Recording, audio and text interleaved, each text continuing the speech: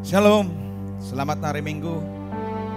Kita mengikuti ibadah lagi pada pagi hari ini. Walaupun kita masih tetap ibadah di rumah masing-masing, tetapi kita masih tetap bersyukur kepada Tuhan. Karena Tuhan menyertai kita. Kita ada sebagaimana kita ada hari ini adalah karena berkat kasih setia Tuhan. Penyertaan Tuhan di dalam hidup kita. Di tengah-tengah apa yang dialami oleh bangsa dan negara bahkan dunia, tetapi Tuhan masih tetap beserta kita. Mari kita mengucap syukur, kita berdoa, kita persiapkan hati kita untuk kita beribadah.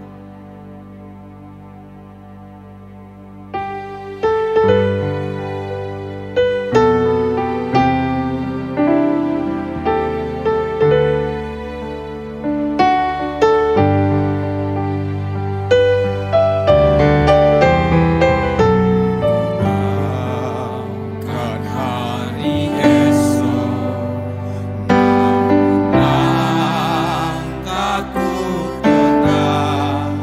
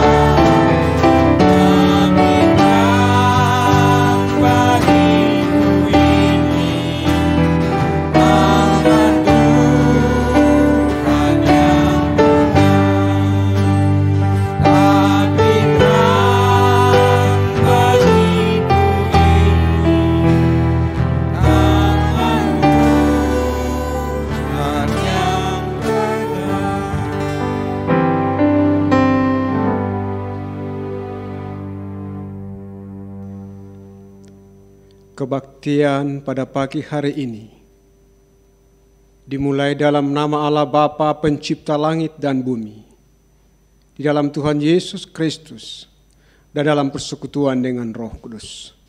Kiranya kasih karunia, rahmat dan pengasihan dari Allah Bapa di dalam Yesus Kristus menyertai jemaat sekalian. Amin.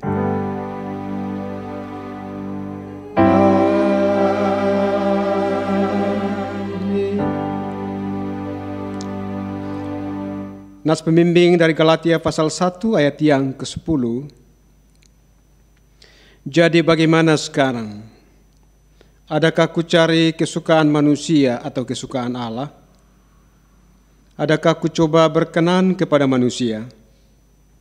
Sekiranya aku masih mau mencoba berkenan kepada manusia, maka aku bukanlah hamba Kristus.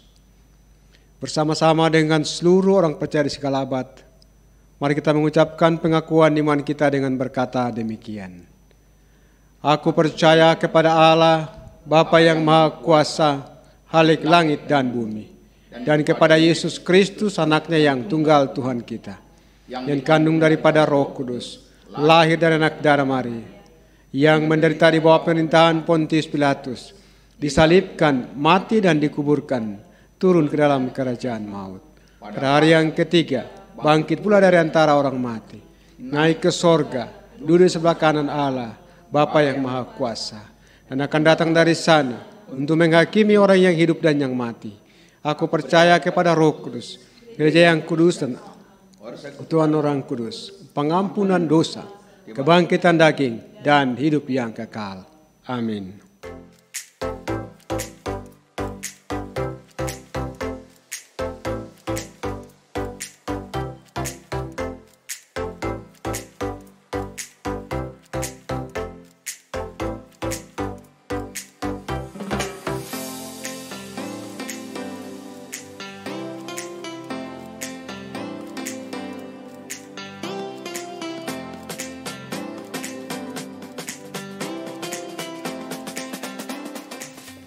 Kita akan menaikkan doa dan ucapan syukur kita kepada Tuhan atas pertolongan dan penyertaan-Nya dalam kehidupan kita. Mari kita bersatu di dalam doa. Bapa di surga, dalam nama Tuhan Yesus kami bersyukur kepadamu pada saat ini. Oleh karena anugerah Tuhan, Engkau telah menolong memelihara jemaat-Mu, baik secara pribadi, keluarga, di tengah-tengah pekerjaan, usaha, dan pendidikan anak-anak. Kami bersyukur juga untuk bangsa negara yang Tuhan pelihara sampai pada saat ini. Kami tahu semua hal itu terjadi, bahkan pertolongan-Mu sungguh ajaib dan luar biasa, oleh karena kasih setia Tuhan bagi bangsa dan negara kami. Oleh karena itu kami menaikkan segala syukur, hormat, kemuliaan hanya bagi-Mu. Kami menaikkan doa-doa kami kepadamu, karena kami percaya bahwa Engkau lah jawaban satu-satunya. Engkau dapat melakukan perkara-perkara ajaib dalam kehidupan kami. Kami berdoa untuk seluruh jemaat Makedonia, dimanapun mereka berada saat ini. Kami berdoa supaya Tuhan memberkati mereka dalam usaha, dalam pekerjaan, dan juga anak-anak dalam pendidikan. Kami berdoa supaya Tuhan memberkati, dan ketika mereka di tengah-tengah situasi yang sulit, kiranya Tuhan bawa mereka dan memberikan jalan keluar, dan bahwa mereka tetap berharap dan bergantung kepada Tuhan. Mereka yang kurang sehat, kami berdoa supaya Tuhan jamah oleh kuasa-Mu, baik orang tua saudari Temi, juga orang tua dari Abel, bahkan mungkin jemaat yang lain yang tidak dapat kami sebutkan satu persatu, dalam kondisi tubuh yang lemah. Dari tempat ini kami berdoa, di dalam nama Tuhan Yesus Kristus, oleh kuasa-Mu, oleh bilur-bilur-Mu, Tuhan jamah dan Tuhan pulihkan. Terlebih di tengah-tengah situasi yang sulit, kami berdoa, biarlah iman jemaat-Mu semakin bertumbuh, semakin kokoh, dan tetap mempercayai Tuhan, bahwa Engkaulah Tuhan Gembala yang baik, yang tidak pernah meninggalkan mereka. Terima kasih Bapa di sorga. Kami juga berdoa untuk Sinode GMI, kami berdoa untuk pengurus Sinode. Tuhan berkati mereka, berikan hikmat dalam memikirkan kemajuan pengembangan GMI ke depan. Kami berdoa untuk dana personal, bahkan juga untuk persiapan sidang sinode tahun depan. Kami berdoa, biarlah Tuhan memberkati panitia, Tuhan menyediakan dana yang dibutuhkan, bahkan juga kepemimpinan GMI masa depan. Kami berdoa, biarlah Tuhan siapkan orang yang tepat, yang Tuhan kehendaki, dan Tuhan mau pakai untuk menjadi berkat lewat pelayanan di tengah-tengah GMI. Kami berdoa untuk Yayasan Misia, juga untuk STT Misia. Kami berdoa supaya Tuhan memberkati, sehingga lewat lembaga ini ada lagi jiwa-jiwa dipersembahkan untuk kemuliaan bagi nama Tuhan. Kami juga berdoa untuk hamba-hamba Tuhan di seluruh GMI. Tuhan berkati mereka dengan pergumulan mereka masing-masing. Anak-anak hamba Tuhan dalam pendidikan, dana yang dibutuhkan. Kami berdoa di dalam nama Tuhan Yesus Kristus, Engkau tolong hamba-hambamu, Engkau teguhkan, dan Engkau terus pakai menjadi berkat bagi banyak orang. Apapun pergumulan mereka, doa kami Tuhan berkati. Tuhan berikan jalan keluar, khususnya saudara kami yang sedang membangun secara fisik. Kami berdoa Tuhan berkati, dan Tuhan cukupkan dana dalam pembangunan gereja mereka masing-masing. Kami juga berdoa untuk para misionaris, baik dalam dan luar negeri. Kami berdoa Tuhan berkati mereka, Tuhan teguhkan, Tuhan lindungi, Tuhan cukupkan yang mereka butuhkan. Dan terlebih kami berdoa supaya Tuhan siapkan jiwa-jiwa yang menantikan keselamatan. Tuhan pertemukan dengan mereka, sehingga melalui hamba-hamba Tuhan ini ada lagi jiwa-jiwa dipersembahkan untuk kemuliaan bagi nama Tuhan. Terima kasih Bapa. Kami juga berdoa untuk bangsa dan negara kami. Kami berdoa untuk presiden, wakil, para menteri, dan juga para gubernur, wali kota, pejabat negara, dari yang tertinggi sampai ke RT RW. Kami berdoa di dalam nama Tuhan Yesus Kristus, Engkau memberkati mereka. Berikan hikmat bijaksana dalam memimpin bangsa kami, sehingga kami tetap aman dan dapat menikmati sukacita. Kami berdoa untuk TNI Polri dalam mengamankan bangsa dan negara kami. Tuhan berikan hikmat bagi mereka, berikan pertolongan bagi mereka, sehingga dapat mengamankan bangsa kami. Terima kasih Bapa. Dan kami terus berdoa untuk ekonomi bangsa Indonesia, supaya Tuhan tolong, sehingga masyarakat Indonesia dapat menikmati berkat-berkat Tuhan. Bahkan kecukupan makan minum dibutuhkan masyarakat Indonesia, Tuhan cukupkan. Terima kasih Bapa di sorga. Inilah doa kami, inilah ucapan syukur kami, inilah permohonan kami. Kami naikkan kepadamu karena kami percaya Tuhan dapat menjawabnya dan melakukan perkara-perkara ajaib. Terpujilah namamu Bapa. Inilah doa yang kami sampaikan kepadamu di dalam nama Tuhan Yesus Kristus yang telah mengajar kami berdoa demikian. Bapa kami yang di sorga, dikuduskanlah namamu, datanglah kerajaanmu, jadilah kehendak-Mu di bumi seperti di sorga. Berikanlah kami pada hari ini makanan kami yang secukupnya, dan ampunilah kami akan kesalahan kami, seperti kami juga mengampuni yang bersalah kepada kami. Dan janganlah membawa kami dalam pencobaan, tapi lepaskanlah kami daripada yang jahat. Karena Engkau yang punya kerajaan dan kuasa dan kemuliaan sampai selama-lamanya. Amin. Kita akan bermazmur. Mari kita persiapkan Alkitab kita buka dari Mazmur 90 ayat 1 sampai 6. Jemaat dipersilakan untuk bangkit berdiri. Mazmur 90 ayat 1 sampai 6. Allah tempat perlindungan yang kekal, doa Musa abdi Allah. Tuhan, Engkaulah tempat perteduhan kami turun-temurun. Sebelum gunung-gunung dilahirkan dan bumi dan dunia diperanakkan, bahkan dari selama-lamanya sampai selama-lamanya, Engkaulah Allah. Engkau mengembalikan manusia kepada debu dan berkata, kembalilah hai anak-anak manusia. Sebab di matamu 1000 tahun sama seperti hari kemarin apabila berlalu, atau seperti satu giliran jaga di waktu malam. Engkau menghanyutkan manusia, mereka seperti mimpi, seperti rumput yang bertumbuh, di waktu pagi berkembang dan bertumbuh, di waktu petang lisut dan layu. Kita memuji Tuhan, kita ada saat ini adalah karena kasih setia Tuhan. Kita masih hidup sampai hari ini adalah karena kemurahan Tuhan. Kita harus mengucap syukur, berterima kasih kepada Tuhan. Kita angkat lagu pujian. Kau hiasi kehidupanku dengan kemurahan-Mu. Kau rancangkan masa depanku penuh dengan harapan.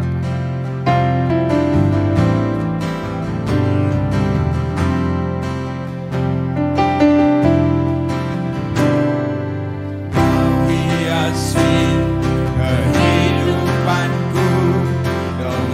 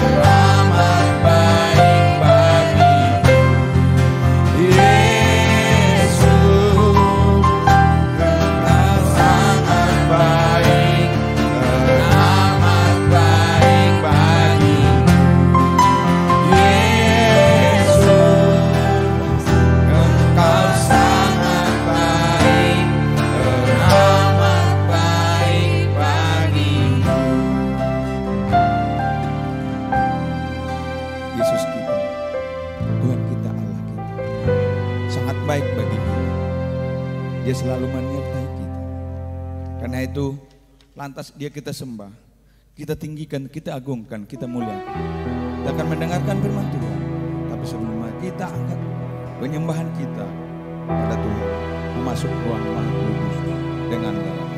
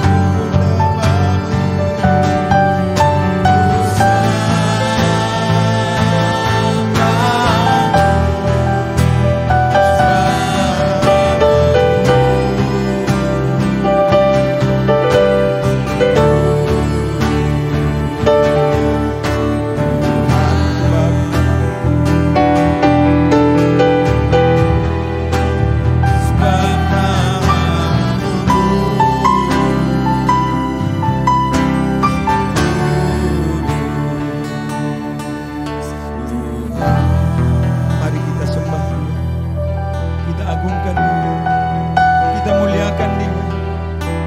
Yesus itu yang kita sembah, kita agungkan, kita muliakan. Allah kita yang selalu memperhatikan, Allah kita yang selalu menjaga kita, Allah kita yang menyelamatkan, Allah kita yang menyelamatkan tebus-tebus. Benar Bapa, kami menyembah,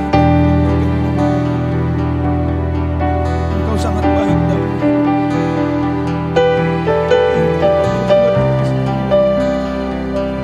Kami adalah manusia yang berdosa. Kami sangat berdosa. Terima kasih Tuhan. Malah layak kami sembah. Kami tinggikan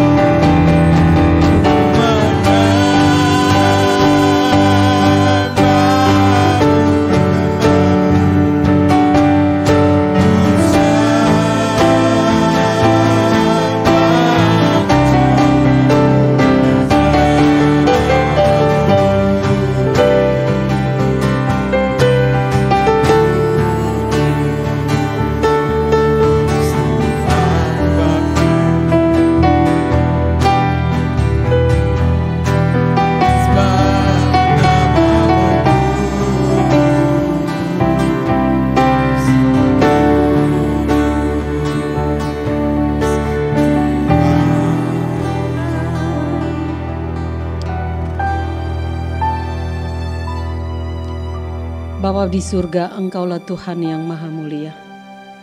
Kekudusan, kemuliaan, hormat dan pujian adalah milik-Mu, dan patutlah kami anak-anak-Mu menaikkan pujian dan sembah, sebab tidak ada pribadi lain yang layak kami puji dan kami sembah. Engkaulah pemegang kuasa dan otoritas tertinggi yang berdaulat atas hidup kami, yang memerintah dalam kejayaan dan keperkasaan. Tidak pernah kami meragukan kuasa-Mu Tuhan, tetapi seringkali Tuhan di tengah-tengah perjalanan hidup ini kami diperhadapkan dengan berbagai tantangan. Namun Engkau Allah selalu meneguhkan kami. Tangan-Mu yang berlubang paku tetap menuntun kami dan membawa kami untuk kami meraih kemenangan demi kemenangan. Terpuji-pujilah Tuhan gunung batu keselamatan kami. Allah Immanuel yang menyertai kami, yang memberkati kami, yang menjamin hidup kami baik di dunia bahkan sampai kepada kekekalan. Kami datang pada pagi hari ini menaikkan syukur dan hormat kami, sebab layaklah nama-Mu dipuji dan ditinggikan, sebab hanya Engkaulah satu-satunya pribadi, Allah yang menciptakan, Allah yang menyelamatkan, Allah El Shaddai.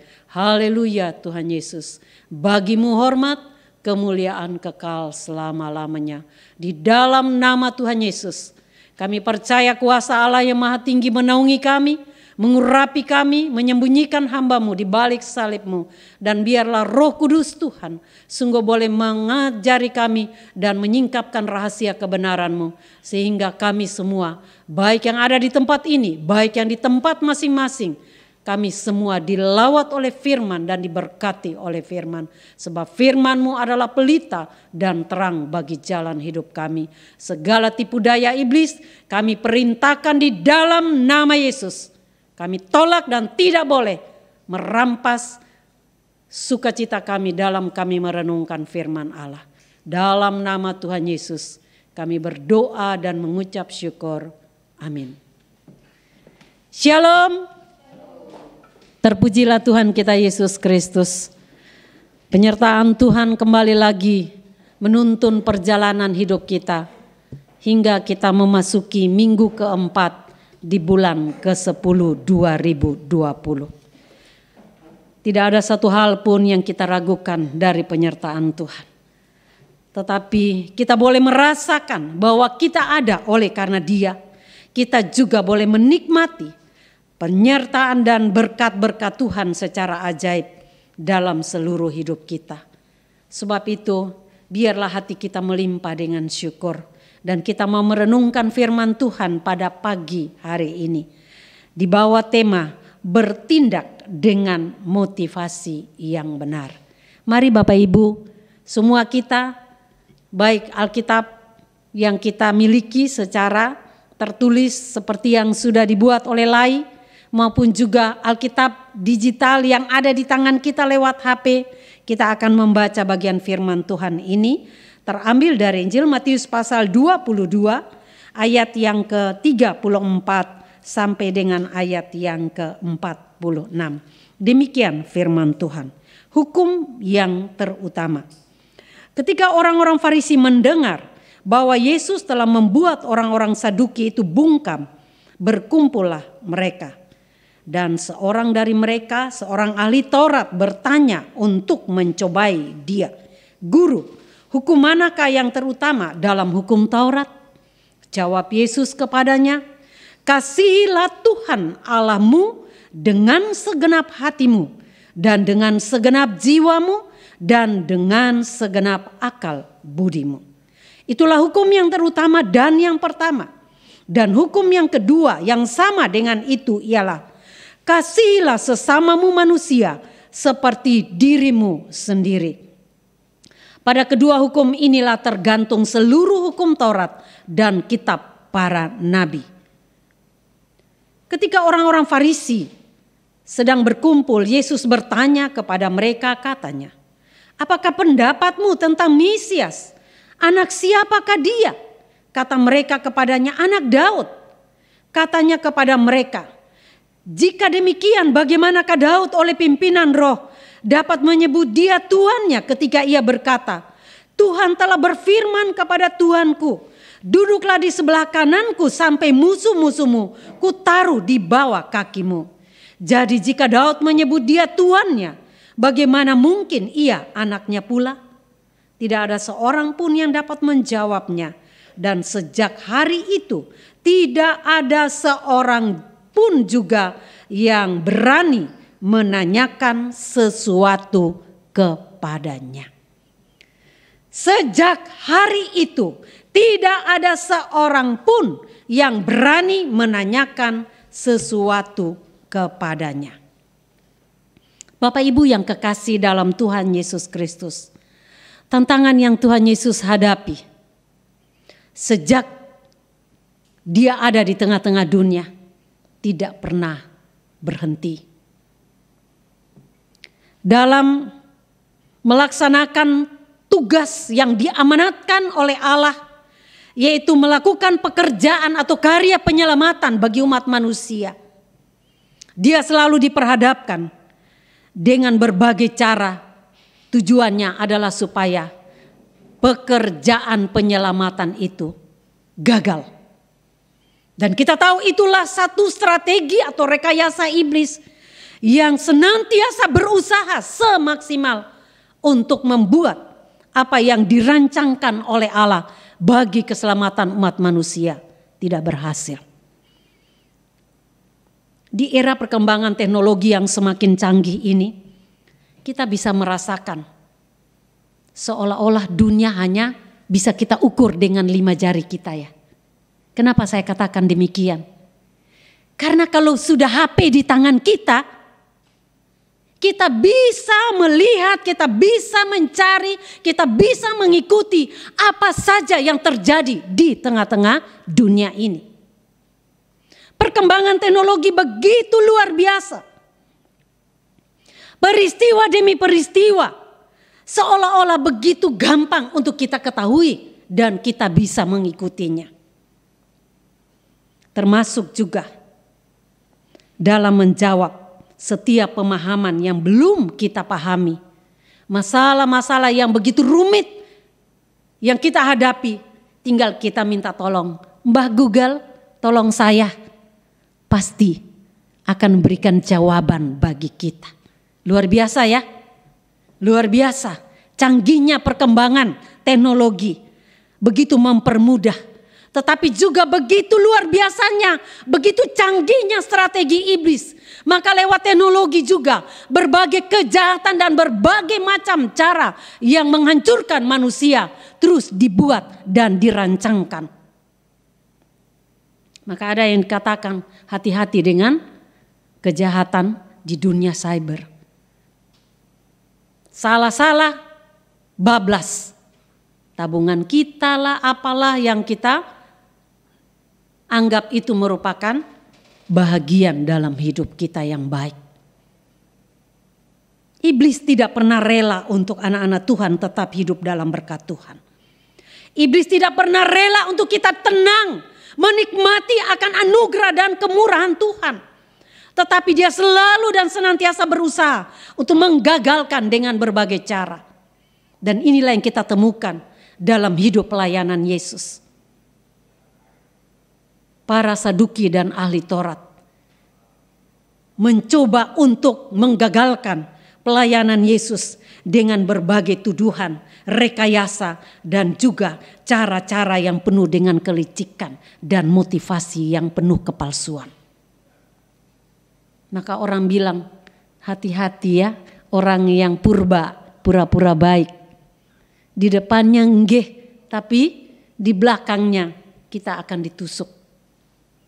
Senyum manis, tetapi di belakangnya mungkin kita siap untuk hadapi berbagai hujat dan bagi anak-anak Tuhan biasa. Tantangan iman biasa, tapi yang luar biasa kalau kita tidak taat dan setia untuk melakukan kehendak Tuhan.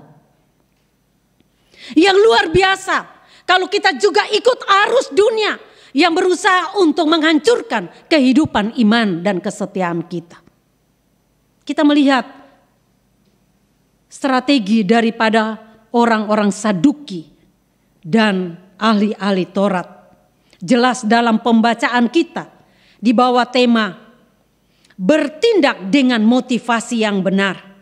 Tuhan sangat kenal, Tuhan sangat tahu siapa ahli Taurat, siapa orang Saduki.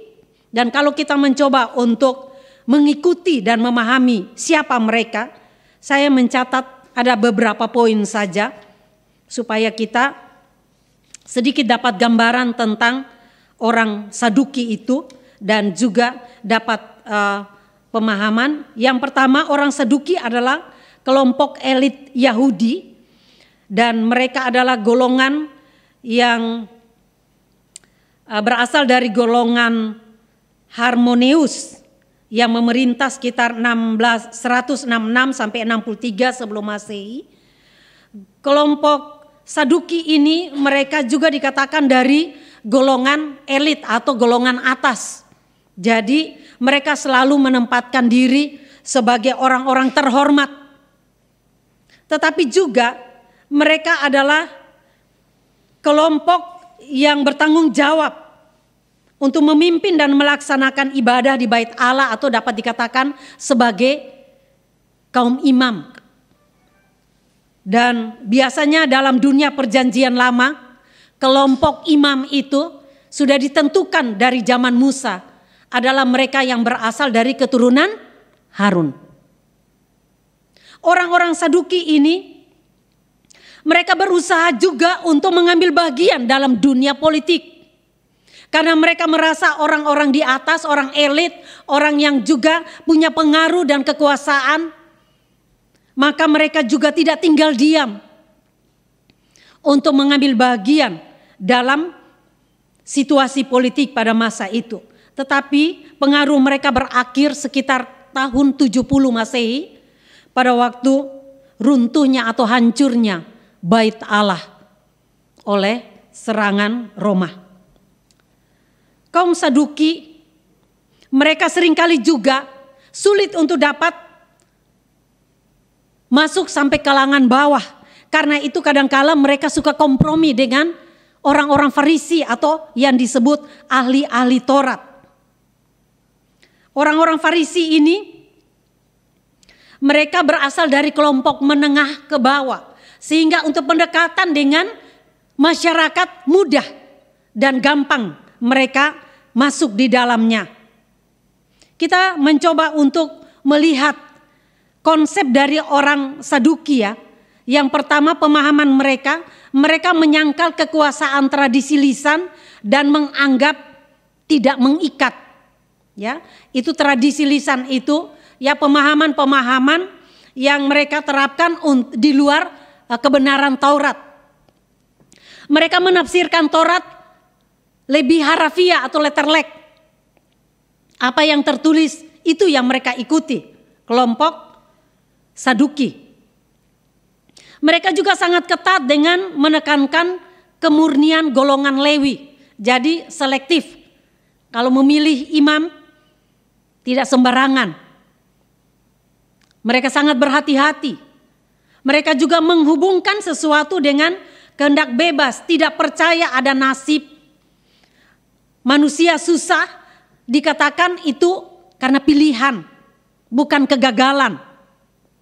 Mereka juga tidak percaya ada surga atau kehidupan sesudah kematian. Ini konsep orang Saduki. Mereka menolak dunia roh, menolak adanya malaikat, iblis. Jadi otomatis sikap dan pemahaman mereka itu seperti para filsuf. Jadi segala sesuatu itu datangnya, ukurannya, tolak ukurnya adalah kemampuan yang berasal dari diri sendiri.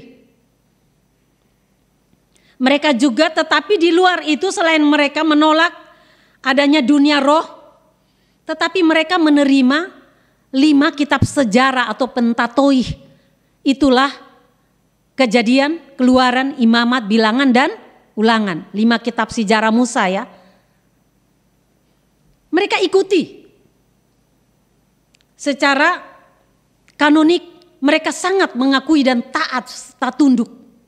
Itu sikap orang-orang Saduki. Tetapi sesungguhnya mereka tidak mampu untuk bertahan oleh karena ketika terjadi peperangan, pengaruh mereka akhirnya hilang dan tampillah golongan Farisi atau yang disebut ahli-ahli Taurat. Golongan Farisi ini berasal dari orang-orang yang menelusuri mulai dari abad kedua sebelum Masehi, yaitu dari golongan Hasidim ya.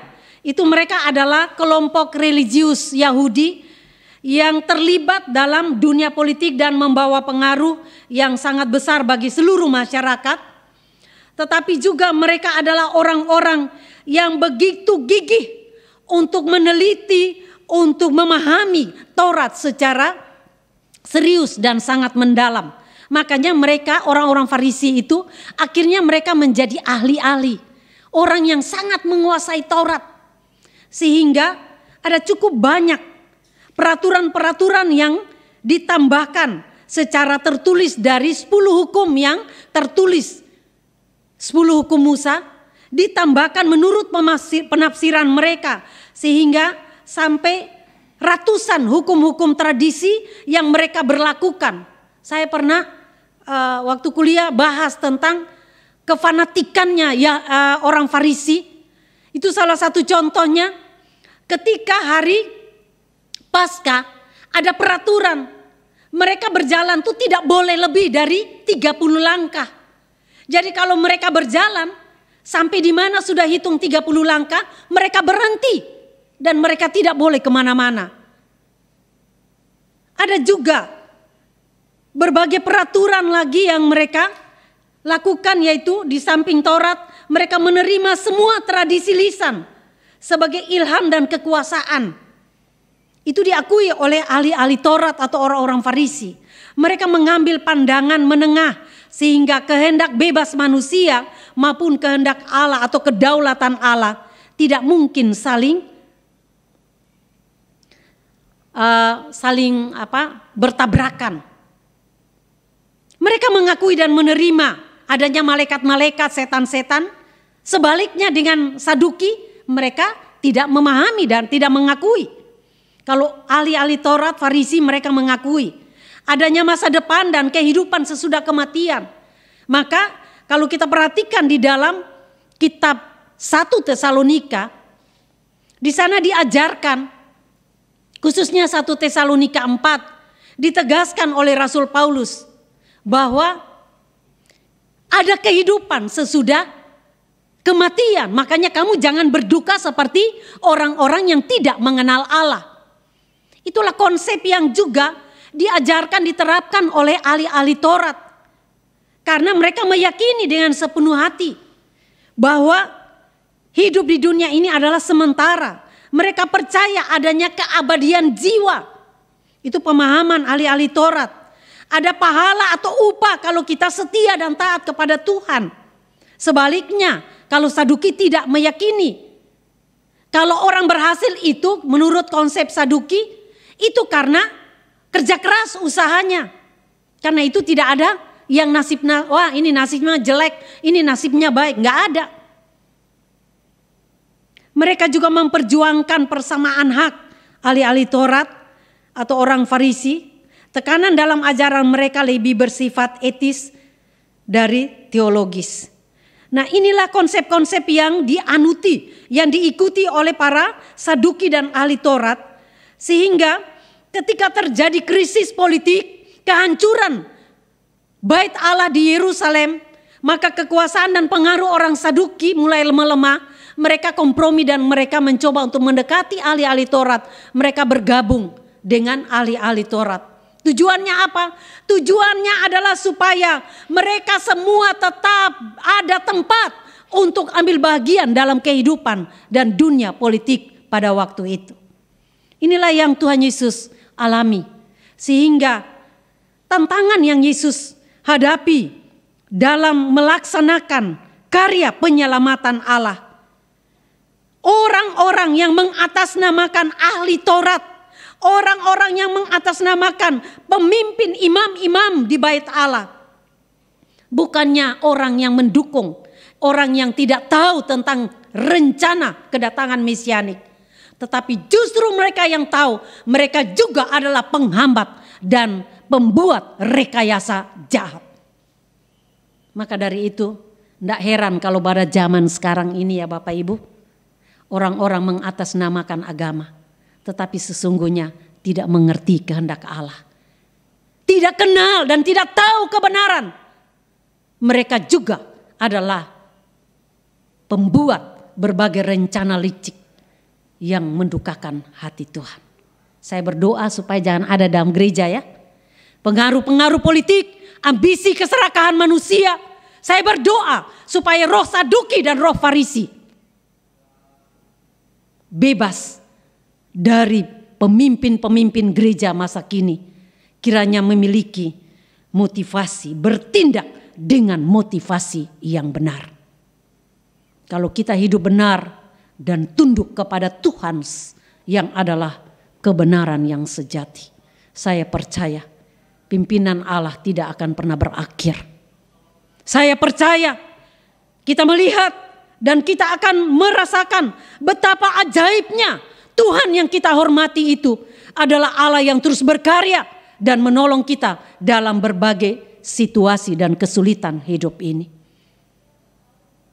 Bapak Ibu, mungkin kita merasakan kok begitu luar biasa, begitu mengerikan kejahatan yang dibuat oleh orang-orang Saduki, oleh ahli-ahli Taurat ya. Kalau kita memperhatikan dalam pasal 23 Injil Matius mulai dari ayat yang ke-3. Tuhan Yesus bilang apa? Sebab itu turutilah dan lakukanlah segala sesuatu yang mereka ajarkan kepadamu. Pengajarannya oke. Tetapi jangan kamu turuti perbuatan-perbuatan mereka. Karena mereka mengajarkannya tetapi mereka tidak melakukannya. Oh, ini jadi ancaman bagi bukan orang lain, saya pribadi menyampaikan firman, lakukan enggak? Bagi kita sebagai hamba-hamba Tuhan, jangan hanya bikin enak di kuping. Kelihatannya ramah alim, tapi jangan sampai roh Saduki dan roh Farisi diam-diam terus berkembang, menggerogoti, membuat motivasi yang tidak tulus. Dan orang yang memiliki motivasi yang tidak tulus dia tidak akan pernah mengerti kebenaran Allah. Orang yang memiliki motivasi yang tidak tulus, dia tidak segan-segan untuk merancangkan kejahatan, membinasakan orang lain dan sesama. Tetapi dia lupa, Tuhan Yesus tahu. Karena itu Tuhan Yesus kecam. Tuhan Yesus kecam orang Saduki dan ahli-ahli Taurat. Kalau kita perhatikan dalam ayat 4, mereka mengikat beban-beban berat lalu meletakkan di atas bahu orang, tapi mereka sendiri tidak mau menyentuh. Istilahnya lempar batu sembunyi tangan ya. Rasain lu, bisa jadi gitu kan, kalau ada masalah biar aja lu yang rasa, hancur lu demikian. Kan aku aman-aman saja. Semua pekerjaan yang mereka lakukan hanya dimaksud supaya dilihat orang. Mereka memakai tali sembahyang yang lebar, jubah yang panjang. Mereka suka duduk di tempat terhormat dalam perjamuan dan di tempat terdepan di rumah ibadah. Penonjolan diri, mencari popularitas. Supaya apa? Supaya disegani dan dihormati. Yang susah kalau berhadapan dengan orang yang gila hormat ya. Dan banyak sekarang ini orang hanya cari panggung. Rekayasa kejahatan apapun bisa dilakukan. Hanya karena apa? Ambisi dan keserakahan. Itulah roh Saduki dan Farisi. Mereka suka menerima penghormatan di pasar. Suka dipanggil rabi. Ya, pasar tempat orang berjual beli. Tetapi selalu mencari kesempatan untuk kasih tunjuk bahwa mereka adalah orang-orang terhormat. Tidak kenal dan tidak bisa menempatkan diri secara benar. Dalam ayat selanjutnya, ayat 14, celakalah kamu ahli-ahli Taurat dan orang-orang Farisi. Hai kamu orang-orang munafik, sebab kamu menelan rumah janda-janda, sedang kamu mengelabui mata orang dengan doa yang panjang-panjang. Sebab itu kamu pasti akan menerima hukuman yang lebih berat. Kecaman yang Tuhan Yesus sampaikan, celakalah, celakalah. Itu terus sampai ayat yang ke-23, ayat 25, ayat yang ke-29. Celakalah kamu, celakalah. Tuhan tahu kemunafikan yang terselubung. Tuhan sangat mengenal. Kenapa? Karena Dia Allah yang Maha Tahu. Oh Bapak Ibu, kita bisa berdiam-diam untuk membuat sesuatu, menutupi segala aib dan kebobrokan kita. Tapi saya ingat Pak Ponsius berkata, dosa dan kejahatan itu bagaikan durian matang, disembunyikan dimanapun baunya akan tercium. Dosa dan kejahatan ditutupi sedemikian rapi, pada akhirnya akan diketahui. Karena itu berbahagialah kita yang memiliki iman kepada Yesus Kristus. Kita tahu bahwa Tuhan kita adalah Allah yang melihat sampai ke lubuk hati yang terdalam. Tidak ada hal terkecil pun yang bisa kita tutup-tutupi. Suami bisa menutupi permasalahannya terhadap istri. Istri bisa menutupi kebobrokannya terhadap suami. Bisa bersandiwara. Ada maunya baik-baik. Kalau lagi sombong, lagi egois, mencari-cari kesalahan, mengkambing hitamkan, itu yang selalu tampil dalam kehidupan anak-anak Tuhan. Tetapi saya percaya orang-orang GMII kiranya mulai dari hamba Tuhan sampai ke tiap jemaat lokal, kita semua belajar untuk tulus dan taat melakukan kehendak Tuhan. Itu merupakan kualitas kehidupan anak-anak Tuhan. Tidak usah katakan kita ini hidup benar, kasih tunjuk dari buahnya. Makanya Tuhan Yesus katakan, kamu itu dikenal dari, pohon itu dikenal dari buahnya. Pohon jeruk menghasilkan buah jeruk, bukan pohon jeruk menghasilkan pepaya. Pohon semangka menghasilkan semangka. Bukan semangka menghasilkan pisang, enggak. Identitas dan jati diri kita harus jelas.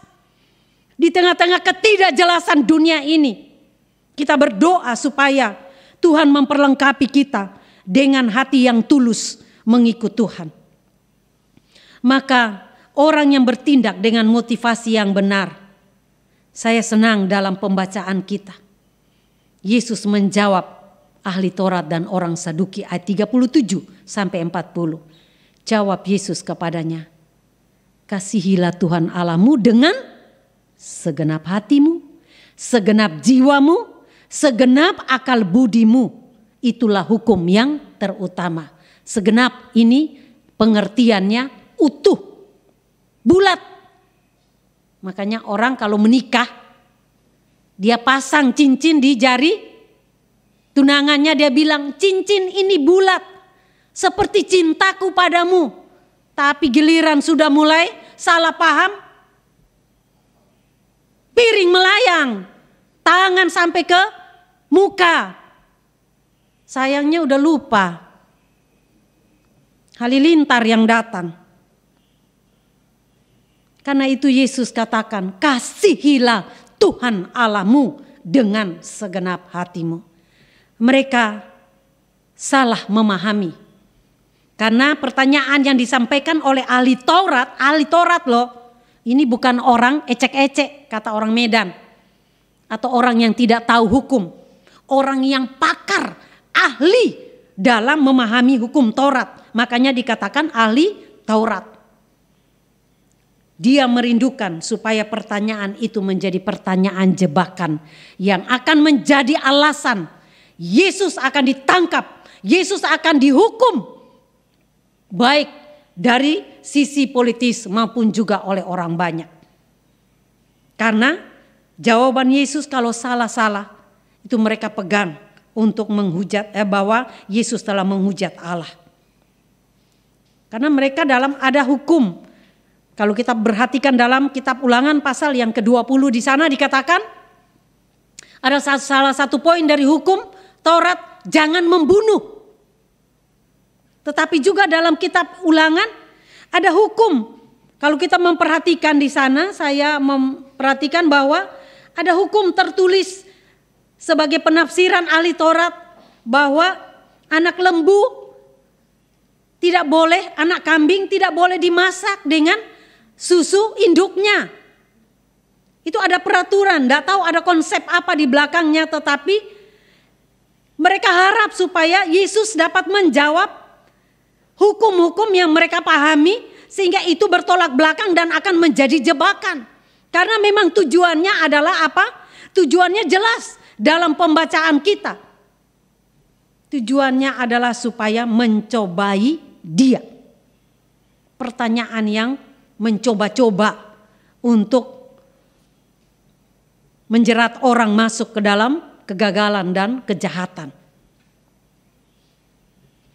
Minggu yang lalu dan mungkin masih ada lagi demo-demo yang terus akan berlangsung yang memprotes tentang hukum undang-undang tenaga kerja hanya dipakai alasan untuk supaya mempersalahkan pemerintah. Tujuannya apa? Rusuh, kekacauan. Dan memang saat ini ketika kita sadar dan kita mencoba untuk mengikuti situasi dunia ini, roh tohuwabohu, roh kacau balau itu sementara mengacaukan seluruh dunia. Dengan berbagai situasi, ciptakan COVID, mulai lagi pemberontakan, protes dan segala macam hal yang seolah-olah dunia ini sementara kacau balau. Tetapi kita mengucap syukur. Jawaban Yesus itu luar biasa. Inilah ciri orang yang memiliki motivasi yang benar. Bertindak dan memberi jawaban tepat dan sangat hati-hati. Yesus menjawab apa? Hukum yang terutama dan yang utama, kasihilah Tuhan Allahmu. Mengapa? Karena Kalau orang mengasihi Tuhan dengan sepenuh hati, perilaku dan hidup mereka tentu tidak akan terseret dalam berbagai kejahatan. Mereka karena tidak memahami kasih Allah yang sesungguhnya, maka rekayasa jahat, kemunafikan, dan berbagai hal yang sifatnya hanyalah sementara itu yang menguasai orang-orang Saduki dan ahli-ahli Taurat. Puji Tuhan, Yesus tahu apa yang tepat untuk hidup manusia. Dia bukan hanya mencegah mereka untuk lebih luas melakukan kejahatan yang menjerat dia, tetapi Yesus tahu apa yang menjadi kebutuhan prinsip dalam hidup umat manusia. Milikilah kasih yang benar dalam hidupmu. Dan yang kedua, kasihilah sesamamu manusia seperti dirimu sendiri. Kualitas kedua hukum, baik membangun hubungan vertikal dengan Allah, bahkan juga hubungan horizontal antara manusia dengan sesama, merupakan kekuatan yang tidak bisa disia-siakan atau dianggap berat sebelah. Kekuatan hukum ini setara, mengasihi Tuhan dengan sepenuh hati, dengan segenap akal budi, dengan segenap kekuatan, segenap jiwa. Itu penerapannya adalah bagaimana dalam kehidupan sesama kita bisa mengasihi sesama kita seperti apa diri kita sendiri. Kalau orang hidup, itulah kesimpulan dari seluruh hukum yang dirampungkan oleh Tuhan Yesus. Maka dikatakan dalam ayat 40, pada kedua hukum inilah tergantung seluruh hukum Taurat dan kitab para nabi. Kesimpulan inilah yang harus menjadi pegangan atau fondasi dalam berbagai pengajaran yang harus diketahui dan diajarkan oleh ahli-ahli Taurat dan orang-orang Saduki. Bukan mereka mereka suatu strategi jahat untuk menghalangi karya penyelamatan Allah. Mereka seperti orang buta yang menuntun orang buta.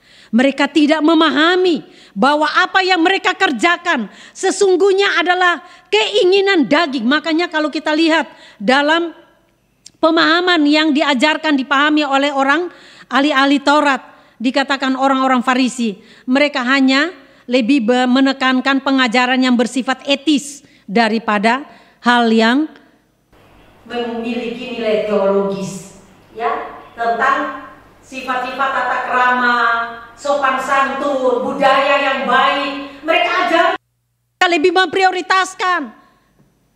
Mereka mencari standar-standar kehidupan yang dinilai oleh manusia merupakan norma-norma yang perlu dibanggakan. Tetapi mereka lupa bahwa kehidupan hukum yang sangat prinsip itu merupakan satu fondasi yang harus mereka pegang. Itulah mengasihi Allah dengan sepenuh hati harus menjadi dasar dalam seluruh pengajaran mereka. Mereka tidak mengetahuinya. Maka dari itu Tuhan Yesus selain dia mengajarkan tentang hukum kasih yang merupakan prinsip dasar yang harus dipegang dan dilaksanakan oleh setiap umat manusia, maka Tuhan Yesus sebagai orang yang memiliki motivasi yang tulus, bukan untuk menghancurkan para Farisi dan ahli Taurat atau orang-orang Saduki. Tuhan tahu apa yang menjadi kebutuhan bagi hidup dan pelayanan mereka. Yesus dia bertindak sangat-sangat hati-hati. Dalam ayat yang ke-41 dikatakan ketika orang-orang Farisi sedang berkumpul, Yesus bertanya kepada mereka. Yesus tahu bahwa ada hal yang sangat penting yang harus kalau kamu ingat dan ketahui lagi. Karena nubuatan tentang mesianik bukan mereka tidak tahu. Mereka sudah ketahui, mereka sudah mengajarkan, mereka sudah menyampaikannya.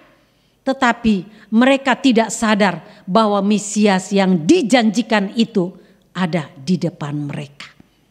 Mereka tidak mampu untuk mengenal jati diri dan juga identitas Allah yang menyatakan diri dalam Yesus. Karena apa? Karena kejahatan dan kebobrokan iman mereka.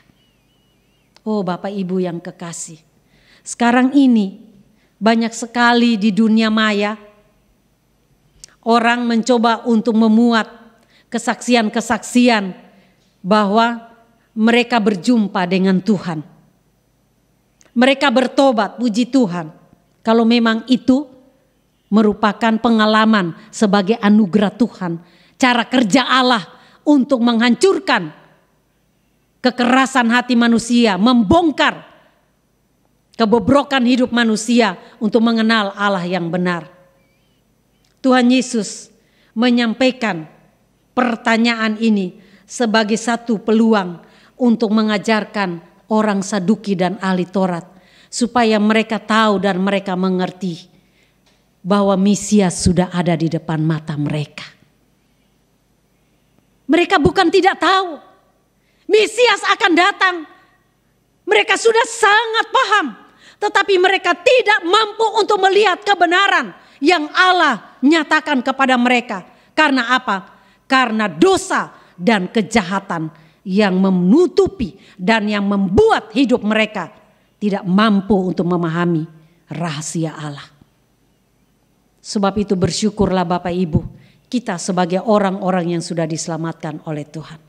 Kita memuji Tuhan bahwa sekalipun dengan pemahaman kita yang terbatas, dengan pengenalan kita apa adanya, kalau kita memiliki ketulusan hati untuk belajar memahami Tuhan dan mengenal Tuhan secara benar, lewat apa?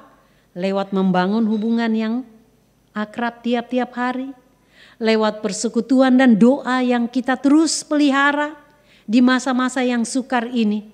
Maka saya percaya seperti doa Pak Pendeta, supaya jemaat GMII Makedonia Jakarta makin bertambah dalam pemahaman akan yang benar, akan Allah yang hidup dan benar. Itu doa seorang gembala, doa hamba-hambanya. Makin bertambah dalam pengenalan yang benar akan Tuhan. Tujuannya apa?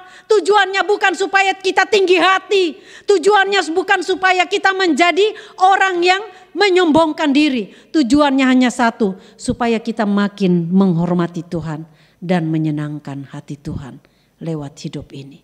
Kalau kita taat dan setia, Tuhan terlalu ajaib. Tuhan terlalu setia memelihara dan menuntun hidup kita. Bapak Ibu yang kekasih dalam Tuhan, bukan biasa-biasa loh kita bisa sehat, bisa kuat, kita aman sampai saat ini bukan karena kehebatan kita. Beberapa hari belakangan ini Bapak Ibu,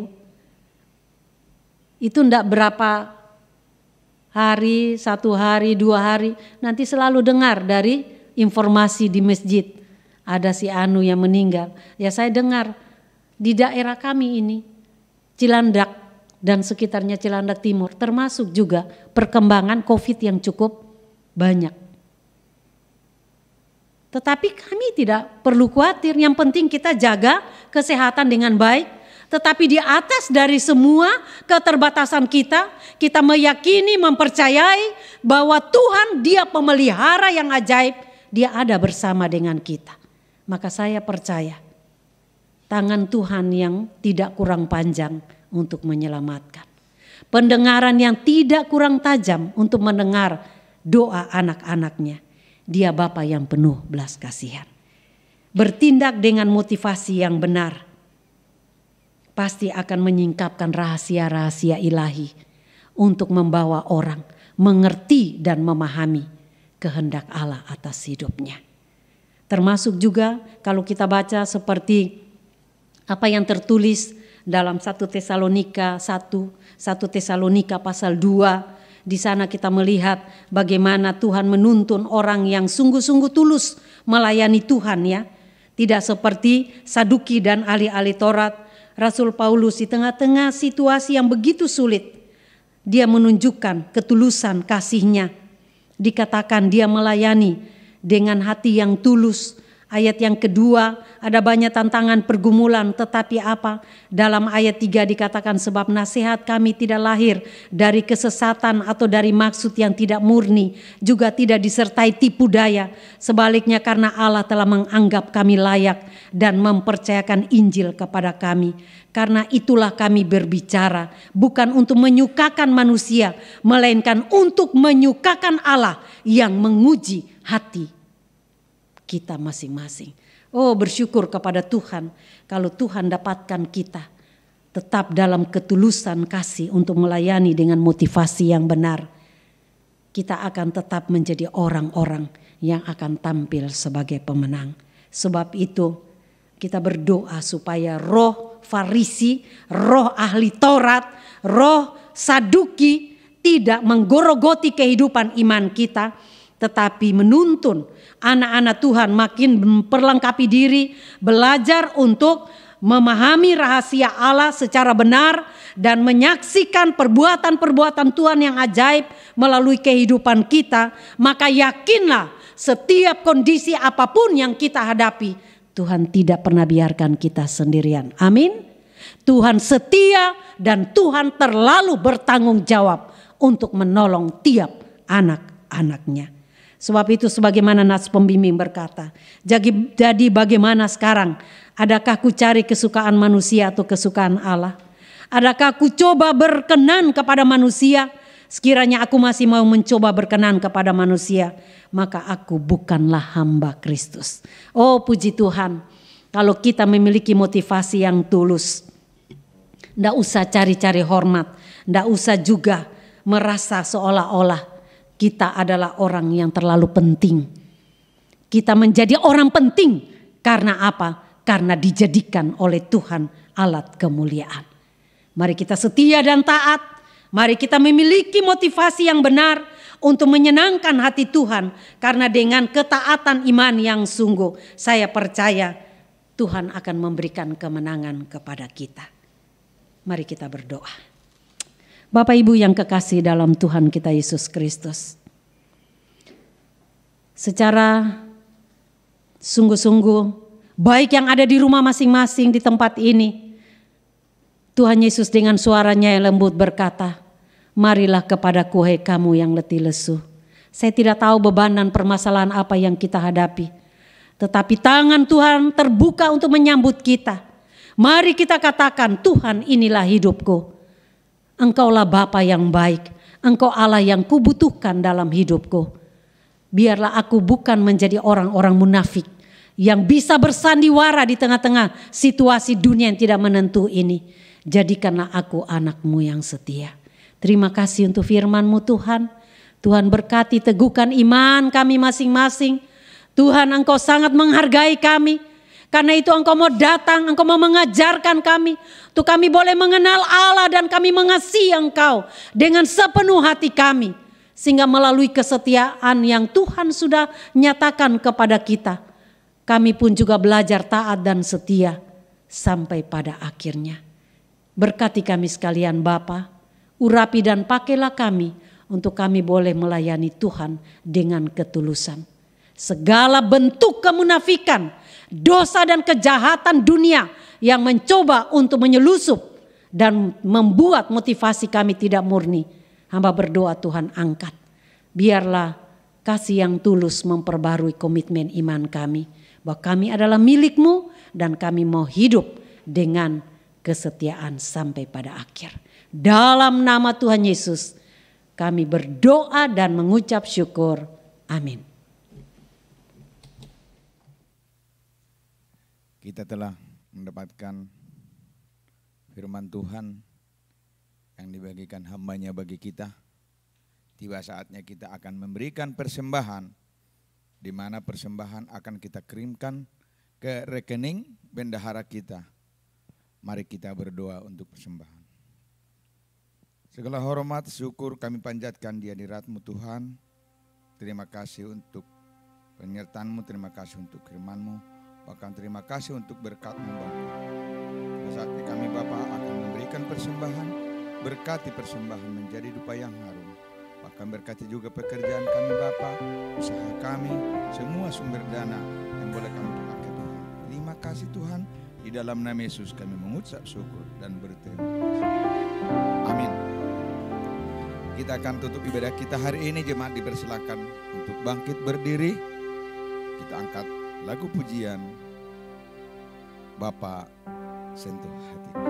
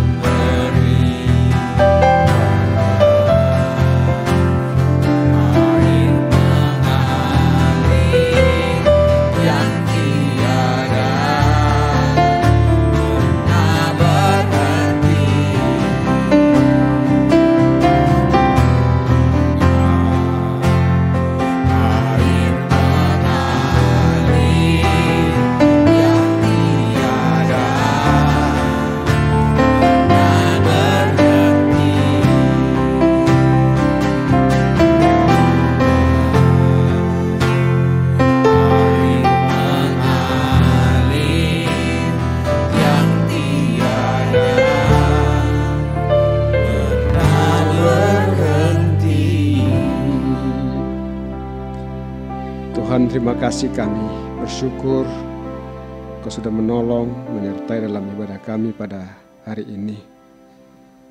Terima kasih untuk firman-Mu yang terus berbicara, menolong kami agar dalam menjalani kehidupan ini melakukan segala sesuatu dengan motivasi yang benar, motivasi yang murni, karena itulah yang dikehendaki oleh Tuhan. Terpujilah nama-Mu kekal selama-lamanya. Kami juga bersyukur untuk hamba-hamba-Mu yang berulang tahun dalam minggu ini. Kami berdoa untuk hamba Ibu Roma, Tuhan berkati, juga untuk Saudara Michael, hamba-Mu Pak Erdius, dan juga untuk Ibu Lois Bang. Kami berdoa Tuhan berkati, Tuhan menolong, Tuhan memelihara Ibu Lois Siregar. Kami berdoa Tuhan berkati dia dalam seluruh kehidupan mereka masing-masing. Apapun yang menjadi kerinduan hati mereka, apapun yang menjadi pergumulan mereka, kiranya Tuhan dengarkanlah seruan dan doa mereka kepadamu, dan Engkau menjawabnya sesuai dengan kebutuhan mereka masing-masing.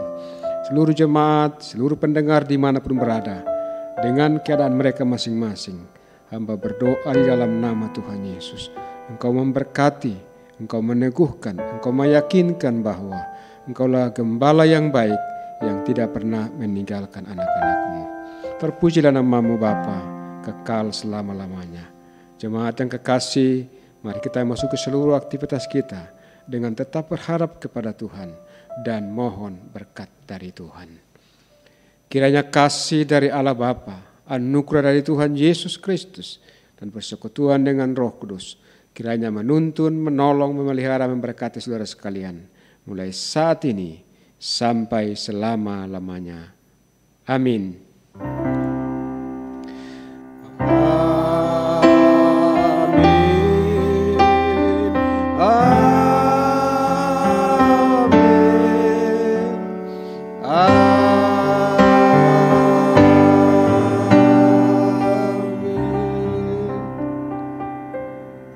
Mari kita saat teduh, kita bersyukur kepada Tuhan. Amin. Selamat hari Minggu. Tuhan Yesus memberkati seluruh jemaat. Tetap semangat dan jaga protokol kesehatan agar kita bersama pemerintah memutus rantai COVID-19. Tuhan Yesus memberkati kita sekalian. Amin.